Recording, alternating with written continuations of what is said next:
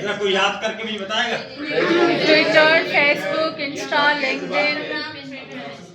ठीक है, आप लोग के सबके अकाउंट खुले हुए इसके ऊपर? फ्रंट पेज पर नहीं है, बाकी 4 पर है। इसमें नहीं है, फ्रंट पेज पर नहीं है और ट्यूबर पर नहीं है, बाकी सारे 4 बाकी हैं। मेरे तो है, लेकिन मेरे फेसबुक का है ना, जफर सिद्दीकी के नाम से ZFAR। उसमें पीछे जो है फौज की तस्वीर लगी हुई है, जो मैं मेरे ग्रुप की, जो मेरा कोर्स था, और गोल गोल मेरी असल वाली ये नहीं। हाँ, मार्केटिंग में मैं भी करता हूँ, सही, इतना मेहनत करता हूँ तो इतना हक बनता है। हाँ बिल्कुल, जी जी, नहीं बिल्कुल। तो ये सबको याद है? Thank you. वापस थैंक यू नहीं है, आप लोगों के पास है, और वो है हमारा प्लान। कौन सा प्लान? Business plan. देखिए, इसके अंदर आपकी किताब में मौजूद है किताब बिजनेस प्लान। जी सर, देखिएगा, बिजनेस प्लान निकाल दीजिएगा। ये अलग से एक पोर्शन जो है उस पर काम हो रहा है, और नो डाउट इस पॉलिसीज के लिए भी बातचीत चल रही है मिनिस्ट्री के अंदर, और ये जल्दी अप्रूवल होगी। मेरी तमाम मेरे को में भी ये काम फार्मिंग पे और लाइव स्टॉक पे हमें कुछ नजर नहीं आ रहा कि भाई एनजीओ क्या कर रही है या किस तरीके से, ऐसी बात नहीं है। बहुत सारी केस स्टडियां हैं, आप चलें, अगर आपने कहीं नहीं देखा है, हम आपको विजिट करवाते हैं कि उन लोगों ने अपना लाइव स्टॉक किस तरीके से मैच्योर किया, किस तरीके से मार्केट में ले गए, और किस तरीके से हमने उनको सपोर्ट किया। ये हमारे बताना चाहूंगी कि उसके लिए भी हल ये है कि हमारे पास अवेलेबल बहुत सारी रिसोर्सेज है।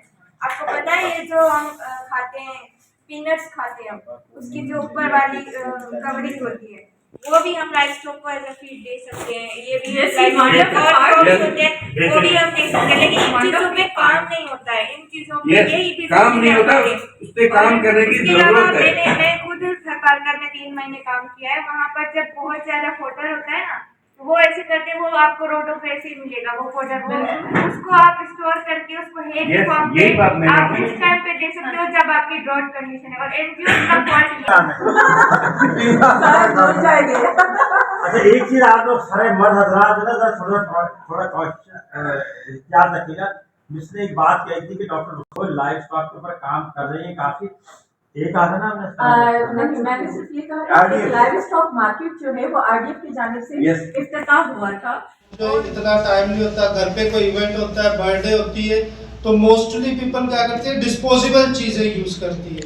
तो इसीलिए हमने जो है बिल्कुल लो कॉस्ट में अपने एरिया को और अपनी इनकम रिसोर्स को मद्देनजर रखते हुए इस बिजनेस को चूज किया था। प्राइस क्लियर है कितने की होगी, क्या हिसाब होगा, किलो के हिसाब से होगा, दर्जन के हिसाब से होगा, क्लियर है? ये प्लेस कहाँ किस किस को सेल करेंगे, कहाँ से सेल करेंगे, क्लियर है? ठीक है ना?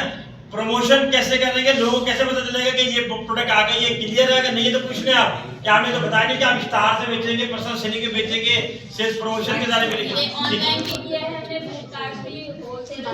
आपस में बातें रिश्ता।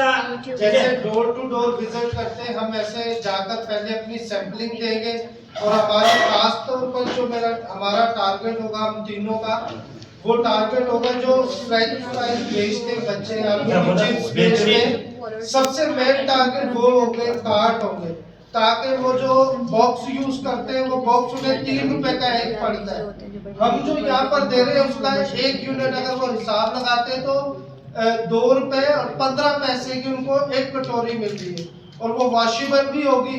तो वो मैं समझता हूँ कि उनके लिए भी बेनिफिट होगा और हमारे लिए भी बेनिफिट। इसके अंदर कियोस्क जो है, जो ठेले खड़े हुए हैं कहीं पे भी, समोसे बिक रहे हैं, रोल बिक रहे हैं, चीज़ बिक रहे हैं, उन सबको जो है ये सारी चीजें काम कर रहे हैं। फिर क्या टारगेट मार्केट क्लियर है, किसको ये देखने चले, अब क्या क्या प्रॉब्लम आ सकती है वो बस बता दें लोग। ये है कि डिस्पोजेबल आइटम्स के लोग ज्यादा बहुत एक्सेस हुए हैं, बहुत ज्यादा लोग इजी टू एक्सेस हुआ है।